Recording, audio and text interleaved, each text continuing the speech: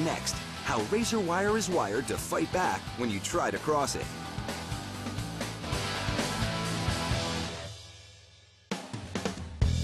Depending on what side of the fence you're on, razor wire is designed to keep you in or out of high security areas like prisons, oil refineries, and nuclear power plants.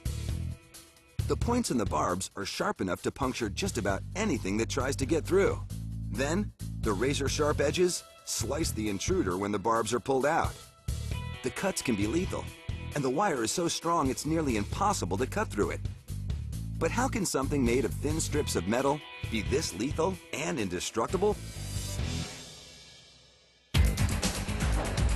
Razor wire starts out as huge 2,500-pound rolls of shiny steel that are uncoiled and straightened so they can be cut into strips of sharp barbs. The steel is shiny because it's stainless steel, or steel mixed with chromium to make it resistant to corrosion. Without that protection, the pointy ends of the barbs could be weakened or rust away.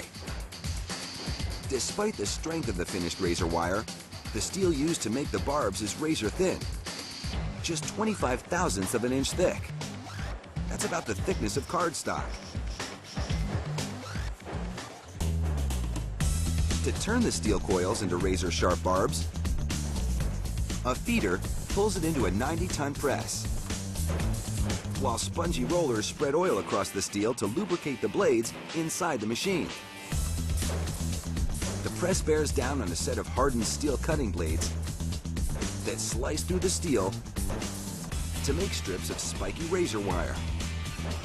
The pointed razor-sharp barbs come out of the machine sharp enough to rip through clothing, heavy-duty gloves, and skin.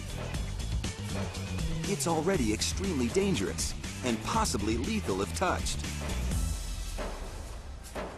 But with the right tools, it's possible to cut through the sharp strips. So they're rolled up on huge wheels and loaded into a machine to be reinforced with a wire made of carbon steel.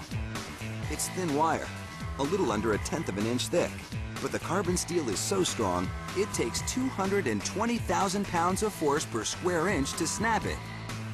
To combine the carbon steel with the barb strips, the barbs are fed into a machine one strip at a time and spun out on the other end with the sturdy steel wire bonded to the barbs. Exactly how the two steels are joined together is a trade secret, but it's easy to see the steel wire. It runs like a spine down the center of the barb strip, making it harder to cut through or bend. The finished wire is collected and coiled up in 50-foot lengths. Once a coil is finished, a robot clips together the loops in the coil in various patterns to create an unpredictable hazard for intruders or escapees in the razor wire. Bundling the loops together is like spring-loading the sharp barbs to snap back if the wire or the clips are cut. Because the pattern changes, there's no way to know when or how the sharp barbs will fly. Take a look at how easily the sharp barbs cut through a t-shirt. Even a work glove is no protection against the razor-sharp steel. So you can imagine how dangerous the barbs would be if they sprang loose. The clips are a deterrent against tampering with the razor wire, and a last line of defense if it's ever broken or cut. Once the roll is clipped, the razor wire is ready. One or several rolls can be uncoiled along the ground quickly by dropping them from the back of a moving trailer. This type of deployment is used to secure national borders, control crowds during a riot, and to keep trespassers out of high-security facilities.